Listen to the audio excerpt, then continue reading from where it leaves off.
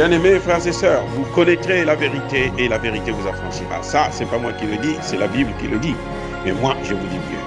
Vous connaîtrez la vérité historique, notamment celle de vos ancêtres kémites, et vous aurez une vision globale de ce que c'est que la vraie souveraineté politique. J'ajoute, vous reviendrez à la spiritualité africaine ancestrale et vous comprendrez les enjeux de l'indépendance économique. Et pour terminer, vous accepterez votre identité culturelle kémite et vous obtiendrez deux choses. La première, c'est la paix. La seconde, c'est le développement, à une condition.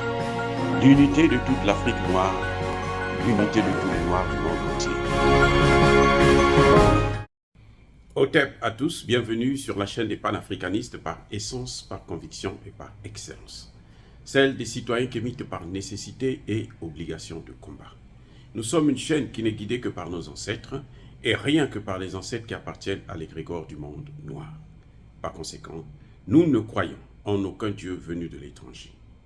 Toutefois, cette vidéo n'est aucunement destinée à inciter à la haine ou à la violence, car nous menons un combat qui est d'abord et avant tout spirituel, ensuite il est politique, géopolitique et géostratégique, contre l'impérialisme, le colonialisme, le néocolonialisme et l'endocoloniat, sur la base du principe fondamental que nous avons hérité de nos ancêtres kémites, qui est celui de la Mahat, c'est-à-dire solidarité, vérité et justice. Vous êtes donc en droit de connaître la vérité. Et nous avons l'obligation de vous dire la vérité et rien que la vérité, afin que justice soit rendue au continent africain. Et ça, c'est notre modeste contribution dans cette noble lutte en faveur de la souveraineté, la dignité, la solidarité et l'unité africaine. Et ça, c'est ce qu'on appelle le panafricanisme.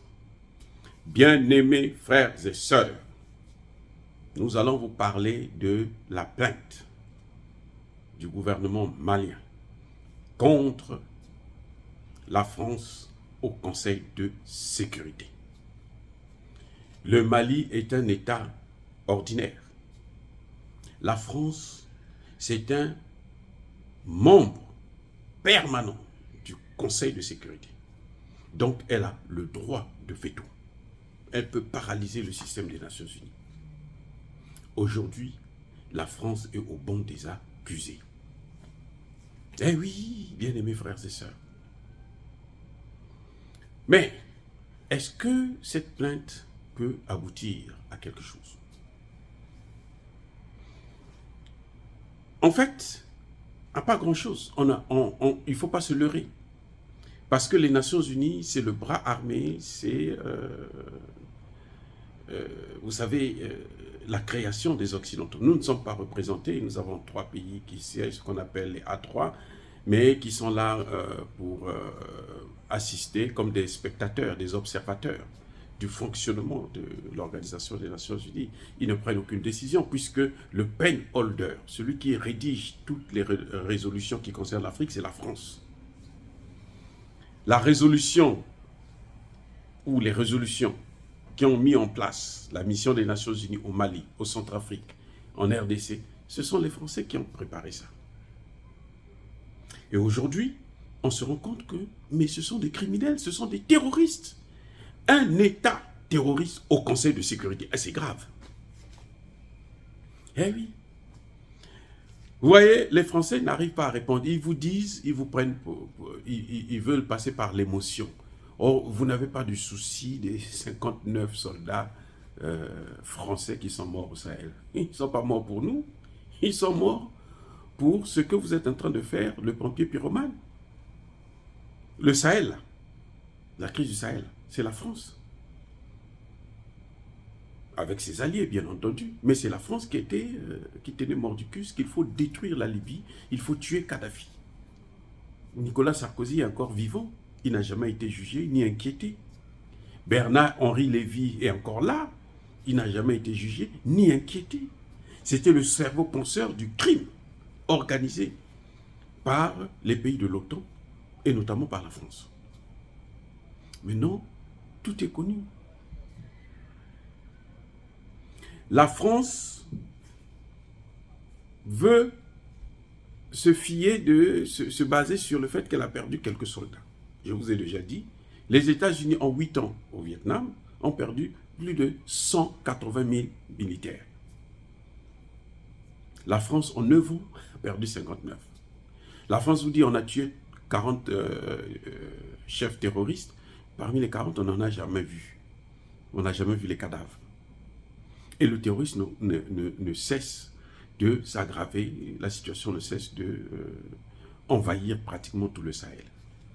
C'est la France qui est derrière. Et le Mali a des preuves. La France ne veut pas que le Mali puisse donner ses preuves. Le Mali a des preuves. C'est ça. Quel mal y a-t-il de saisir le Conseil de sécurité de l'ONU quand on est membre de l'Organisation des Nations Unies? Sur la base du fait qu'il y a un État qui est en train de violer notre territoire, il y a un État qui est en train de armer les djihadistes. Ce que les Français oublient, c'est qu'au moment où nous parlons, il y en a des Français, des légionnaires français, qui sont dans le Mali et leur tombeau. Il y en a qui se meurent là-bas. La France ne peut même pas dire ça. Parce que si le Mali apporte des preuves, là, ça va être un scandale. Et oui, c'est la honte pour un pays qui détient le droit de veto, pour un pays que nous nourrissons, qui nous appauvrit certes, mais nous nourrissons les Français. Nous, on nourrit la France, là. Ce que vous entendez, aide au développement, là, c'est le contraire, en fait. C'est nous qui aidons la France à survivre, à se maintenir au rang de puissance. C'est nous. Donc, je voudrais dire aux Africains qu'on ne se leurre pas. L'avantage, c'est que là, nous avons, devant le monde entier, là, nous avons montré que la France, c'est un État terroriste. Qu'il y ait réunion du Conseil de sécurité ou pas, on a déjà réussi le coup. C'est la première fois qu'un État africain, dans le précaré français, une ancienne colonie ou une colonie française, s'attaque à son maître devant une instance supérieure, que le maître dirige d'ailleurs, puisque les missions des Nations Unies, ce sont des Français qui gèrent ça. Donc ça, c'est une victoire. Déjà là, c'est une victoire. Deuxième victoire, c'est que le Mali peut maintenant détruire un avion militaire français qui survole son territoire. Eh oui, le Mali en a le droit. Eh oui. Troisième victoire, la France ne peut plus justifier son retour au Mali, à moins qu'on trouve encore d'autres voyous, dirigeants voyous, qui vont venir à la place de Goïta pour aller encore rappeler les Français pour les amener. Mais le grand problème, c'est qu'ils auront affaire au peuple malien, au peuple africain.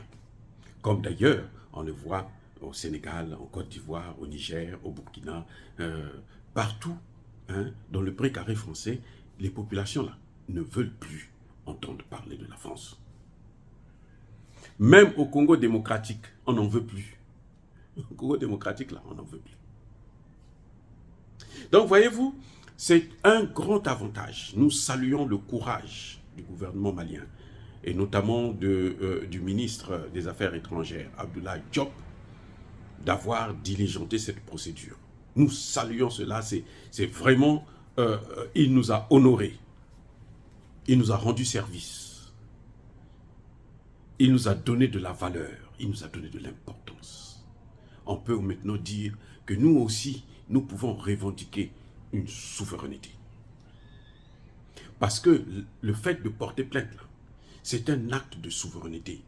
Ça ne se faisait pas avant. C'est la France qui nous représentait au Conseil de sécurité. C'est la France qui nous représentait aux Nations Unies, malgré le fait qu'il y a 3 membres non permanents africains qui siègent au Conseil de sécurité, mais c'est la France quand même qui vient parler en notre nom. C'est la France qui vient décider de ce qu'il faut faire. C'est la France qui guide le Conseil de sécurité de l'ONU de ce qu'il faut faire en Afrique. Cette fois-ci, la France n'a plus la parole. Vous savez, le Mali avait déjà réussi à demander à ce que la France ne puisse pas faire partie de la mission des Nations Unies au Mali, notamment pour assurer la protection aérienne de la mission. Le Mali avait gagné ça. Ils n'ont pas pu faire partir la mission, certes, mais ils avaient gagné quand même au moins une partie de cette mission. Et en faisant ce qu'ils ont fait, en portant plainte contre la France, ils ont posé un acte de souveraineté. Le Mali a dit « je suis souverain ». Vous savez, la souveraineté, ce n'est pas quelque chose qu'on met sur un papier. C'est quelque chose qu'on exerce. C'est un pouvoir qu'on exerce. Tous les États africains ont ce pouvoir-là, mais ils ne l'exercent pas. C'est vrai, c'est bien beau d'accuser la France, mais quand même, nous devons prendre le courage, avoir le courage, la force d'exercer notre souveraineté pour que nous puissions exister en tant qu'État, en tant que nation. Voilà l'avantage de cette plainte.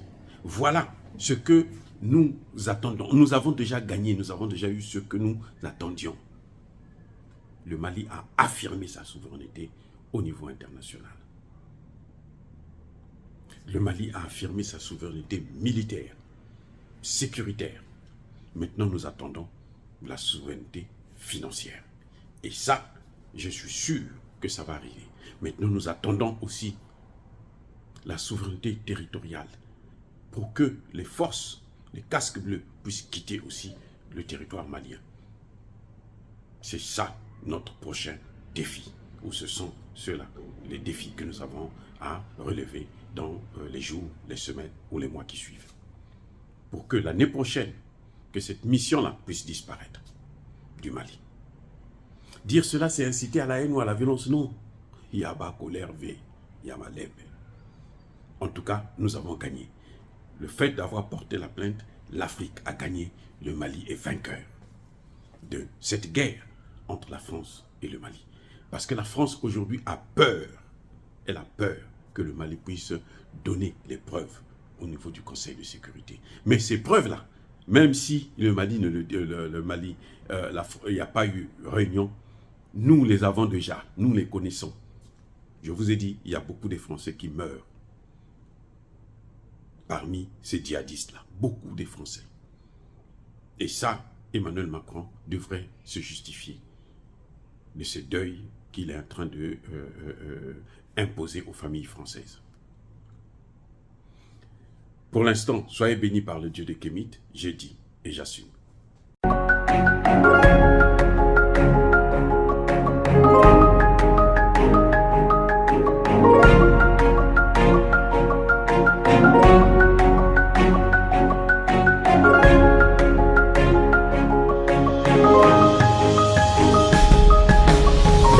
Eux, ils marchent par la foi et non par la vue.